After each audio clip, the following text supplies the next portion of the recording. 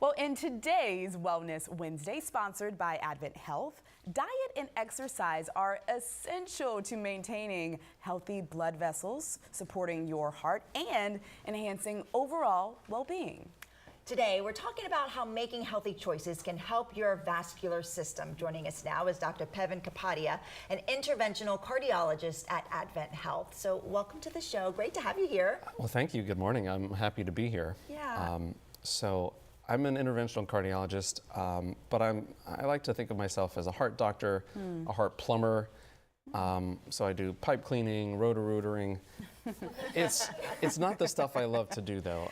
It's the stuff I know how to do, but really my goal is to help people not need people like me, or at least the things that I do in places like Advent. Right, absolutely. So how does, let's talk about the different things that people can do to maybe prevent coming to see you, like your diet. Like, how can that help your vascular system? So I kind of like to explain it this way.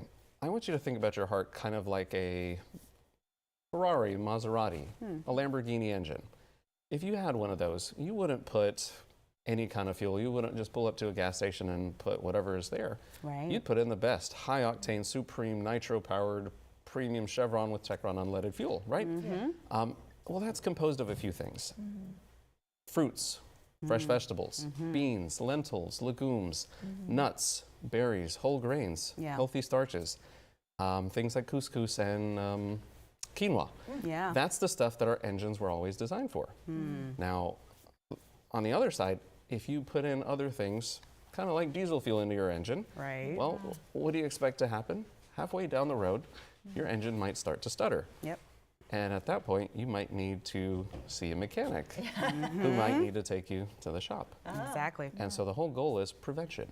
And that's where dietary things come in. So all the things that I talked about, it all helps with your blood pressure, cholesterol, diabetes, your weight, your self-worth, and your mental health, actually.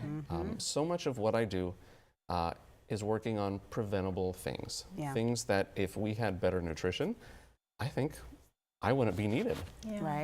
Now, I don't have a lot of other talent, so I don't know what I would do, but my goal is to help people not need people like me. Sure. You know, you have to focus on what you're putting in your body and make sure you're eating and consuming real foods, right? Okay, so I want to talk, now that we've spoken about diet, a little bit about exercise and how that impacts your heart health. Same kind of analogy. So if you have a Lamborghini that's sitting in your driveway, or in your garage for that matter, you're not going to park it there because how do you know if it's still working? And what's the point? So your cars need to be driven. And in the same manner, exercise is that driving factor. The easiest thing that I like to tell people is don't think about exercise as a chore. It's something that should be fun, something that you want to do. And so sometimes the easiest thing is 30 minutes of walking in the neighborhood, going for a walk after dinner. You know, exercise is something that you have to try to build into your schedule. 30 minutes, an hour. Not a lot of people have that kind of time. But a 30-minute door-to-door walk in your neighborhood, that'd be something that you can fit it in. And that's all it really takes. And exercise is something that helps keep your pipes open. It helps with blood pressure. It helps with cholesterol. It helps with diabetes. It helps with your mental health. In fact, I think there was a study a few years ago from Europe that showed that 30 minutes of just walking a day reduces your risk of dementia. It's that important. And for those who you know haven't done a lot of exercise, you know, start small. Maybe even if 30 minutes is too much, start with a few minutes. And 30 minutes is the goal. 30 minutes every single day for the rest of your life. That's the goal, but that's a hard goal. Starting at 5 or 10 and slowly working your way up until you get to 30. And then if, what I also tell my patients is that 30-minute or whatever exercise you're able to achieve is a form of a stress test. So if you're driving down the road and your car is giving you problems, you go to see a mechanic.